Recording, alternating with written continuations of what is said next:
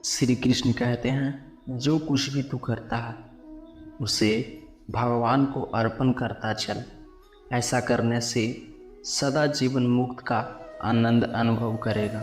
श्री कृष्ण के अनुसार व्यक्ति को खुद से बेहतर कोई नहीं जान सकता, इसलिए स्वयं का आकलन करना बेहद जरूरी है। गीता में कहा गया है कि जो व्यक्ति अपने गुणों और कमियों को जान लेता है वह अपने व्यक्तित्व का निर्माण करके हर काम में सफलता प्राप्त करता है। श्री कृष्ण कहते हैं, हमारा मन ही हमारे दुखों का कारण होता है। ऐसे में श्री कृष्ण ने गीता में कहा है कि जिस व्यक्ति ने अपने मन पर काबू पा लिया वह मन में पैदा होने वाली बेकार की चिंताएं और इच्छाएं से भी दूर रहता है।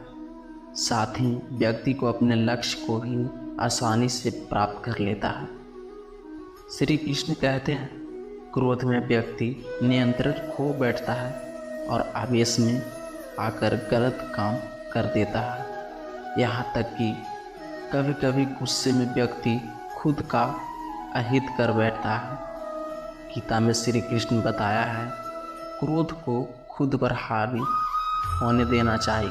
यदि गुस्सा आए तो स्वयं को शांत रखने का प्रयास करें। गीता के अनुसार व्यक्ति को संदेह का स्थिति में नहीं रहना चाहिए। जो लोग संदेह का स्थिति में रहते हैं उनका भला नहीं हो सकता।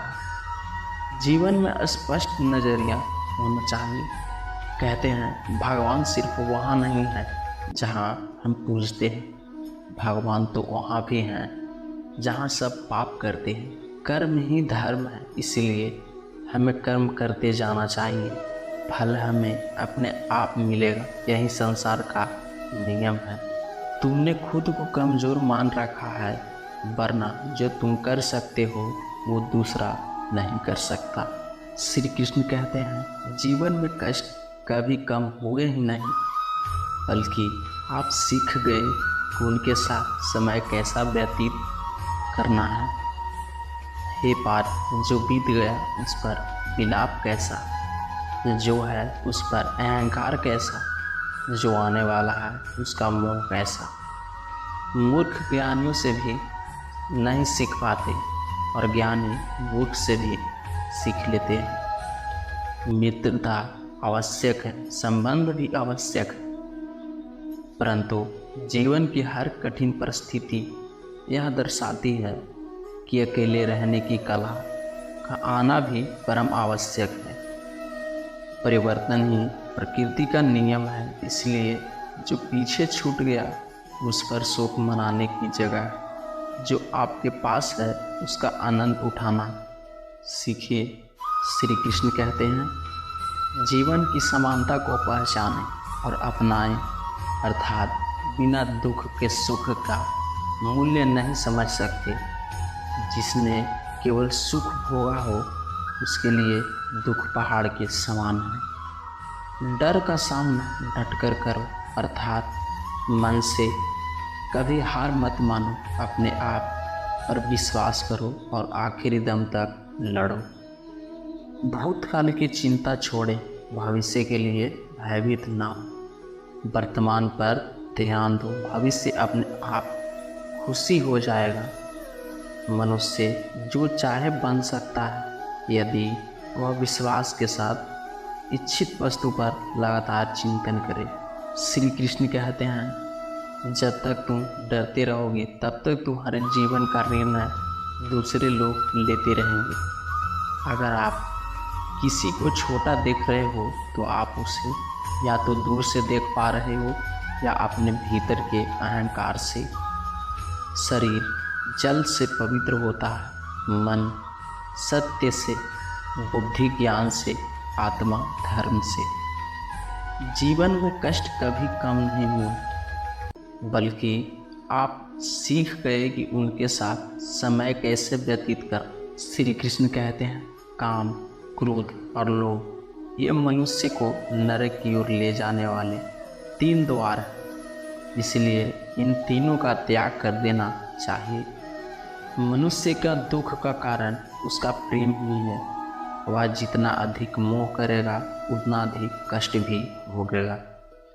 जो आरंभ में विष के समान प्रतीत होता है लेकिन अंत में अमृत के तुल्य है, इसलिए वह परमाद्य विष से बुद्धि के परमाद से उत्पन्न होने वाला सुख सात्विक कहलाता है। जीवन में जीवात्मा बाल, युवा और वृद्ध शरीर प्राप्त करती है, वैसे ही जीवात्मा मृत्यु के बाद दूसरा शरीर प्राप्त करती है।